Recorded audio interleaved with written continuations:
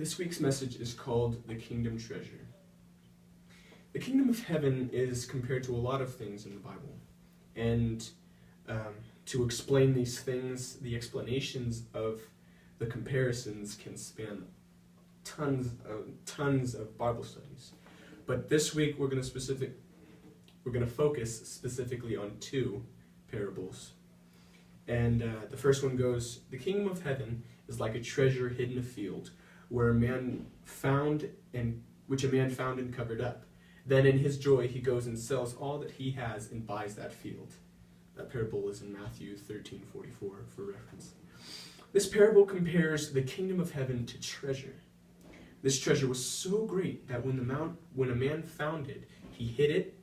He had uncovered it, and then he hid it again when he found it, and he sold everything that he had, just so he could have enough money to buy the field in which the treasure lay. If that's not diligence, I don't know what is. In the second one, which is in the next verse, Matthew 13:45, it says, again, the kingdom of heaven is likened unto a merchant in search of fine pearls, who, on finding one pearl of great value, went and sold all that he had to buy that one pearl. Excuse me.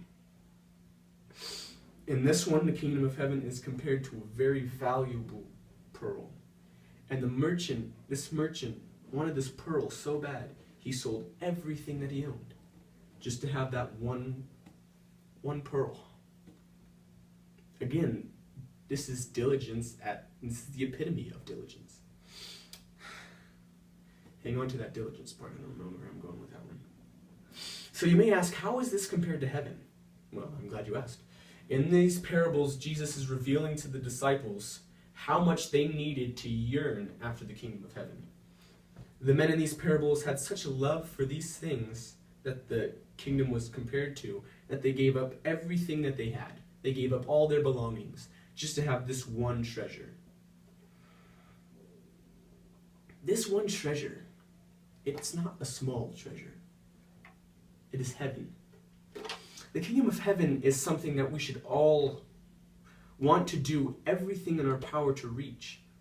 The kingdom of heaven is described to have streets of gold, pearly gates, and mansions. But not just pearly gates. Each of the 12 gates of heaven are made from a single pearl. It's a big pearl.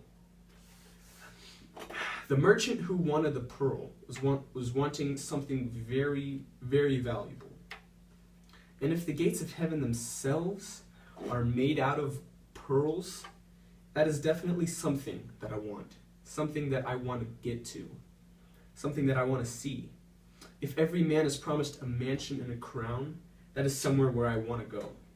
If there's no night, darkness, sin, or pain, you can imagine that's going to be a pretty great place.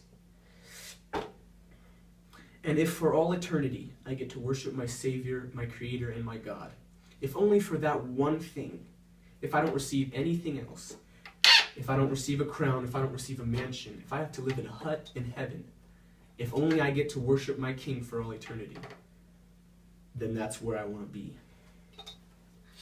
A love for the kingdom of heaven is also a love for the presence of God.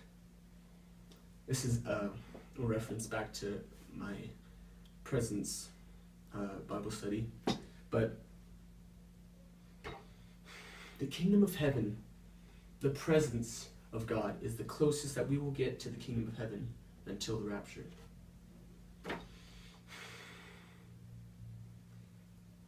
These people, these men in the parables, loved the kingdom so much, yearned for the kingdom so much, that they forsake all that they owned just to possess it. They purposely lost all of their possessions just to possess the kingdom of heaven. Jesus wants us to want the kingdom so much that nothing else matters other than being there. All of our work should be after the kingdom. All that we accomplish on earth is useless in light of the kingdom of heaven. All of our earthly possessions will account for nothing in light of the kingdom of heaven. This is why we have to be saved And this is why we have to win souls. Because without being saved, you can't reach heaven.